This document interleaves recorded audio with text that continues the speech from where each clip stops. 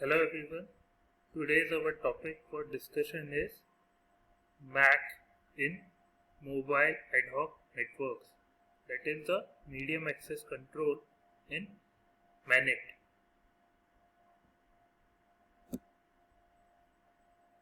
Now some motivation about MAC. Can we apply media access methods from fixed networks? For example, the CSMA or CD, which stands for the carrier sends multiple access with collision detection and send it as soon as the medium is free. Then listen into the medium if a collision occurs. Medium access problems in the wireless networks. Signal strength decreases, which is proportional to the square of the distance. Also, the sender would apply CS and CD, but the collisions happens at the receiver. Sender may not hear the collision, that is the collision detection does not work.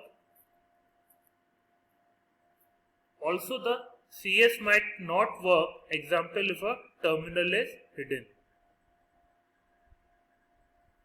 Hidden and exposed terminals issues in the wireless networks. First is the hidden terminals. For example, just see the figure having A, B and C nodes. A sends to B and C cannot receive A. Also, C wants to send to B, but C senses a free medium, that is the CS fails. Next is collision at B, which A cannot receive the collision. Collision detection fails.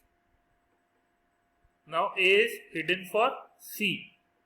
These are the various cases for the hidden terminals. Now exposed terminals. Consider a case in which node B sends to A. Now C wants to send to another terminal, not A or B. Then it is exposed.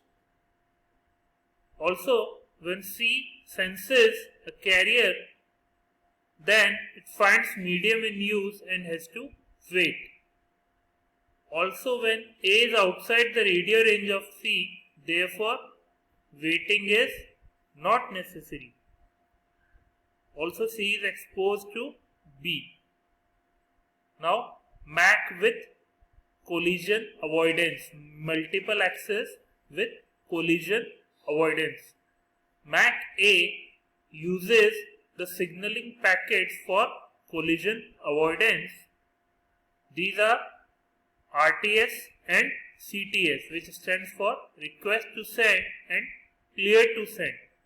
In this, the sender requests the right to send from a receiver with a short RTS packet before it sends a data packet. In clear to send, the receiver grants the right to the send as soon as it is ready to receive. The signaling packets contains the sender's address, receiver's address and the packet size. The variants of these methods are also used in IEEE standard 802.11. MAC A solutions. The MAC A avoids the problems of hidden terminals. Consider A and C want to send to B, then A sends request to send first, then C waits after receiving clear to send from B. Okay. MAC A also avoids the problem of exposed terminals. Consider when B wanted to send to A and C to another terminal. So now C does not have to wait as it cannot receive CTS from A. MAC reliability. The wireless links are prone to errors because the high packet loss rate is detrimental in the transport layer performance. The solution is use of acknowledgements. For example, consider when node B receives a data packet from node A, then node B sends an acknowledgement that it had received the packet. Also, if node A fails to receive an acknowledgement, then it will retransmit the packet. So this approach is adopted in many protocols. Now 802.11 wireless MAC. It is the distributed and centralized MAC components having distributed coordination function DCF and point coordination function PCF. The DCF is suitable for multi-hop ad hoc networking. So we will be considering DCF function. So IEEE DC 802.11 DCF, it uses the RTS CTS exchange which we have studied just now to avoid hidden terminal problems.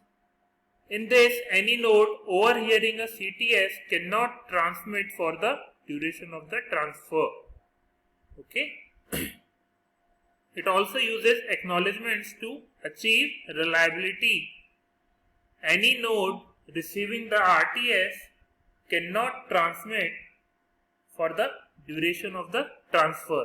So to prevent collision with acknowledgement when it arrives at the sender, when B is sending data to C, node A will keep quiet. Collision avoidance. With half duplex radios, collision detection is not possible. Therefore, collision avoidance, once a channel becomes idle, the node waits for a randomly chosen duration before attempting to transmit. IEEE 802.11 DCF.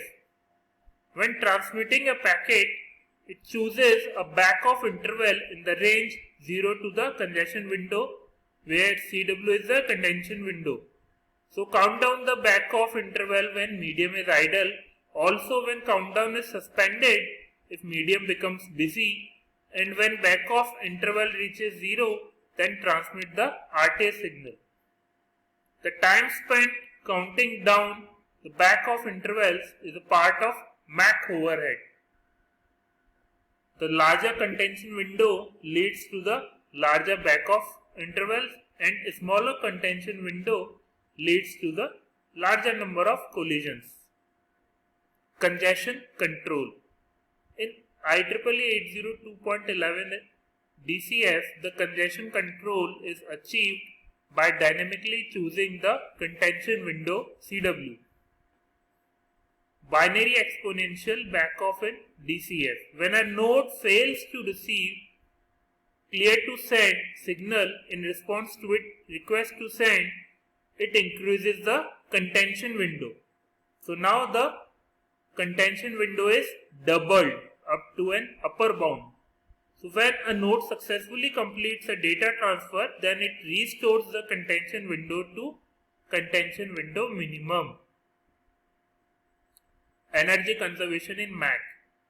It typically suggests turning the radio off when not needed. The power saving mode in 802.11 IEEE standard. In this, an access point periodically transmits a beacon indicating which nodes have packets waiting for them. Then each power saving node wakes up periodically to receive the beacon.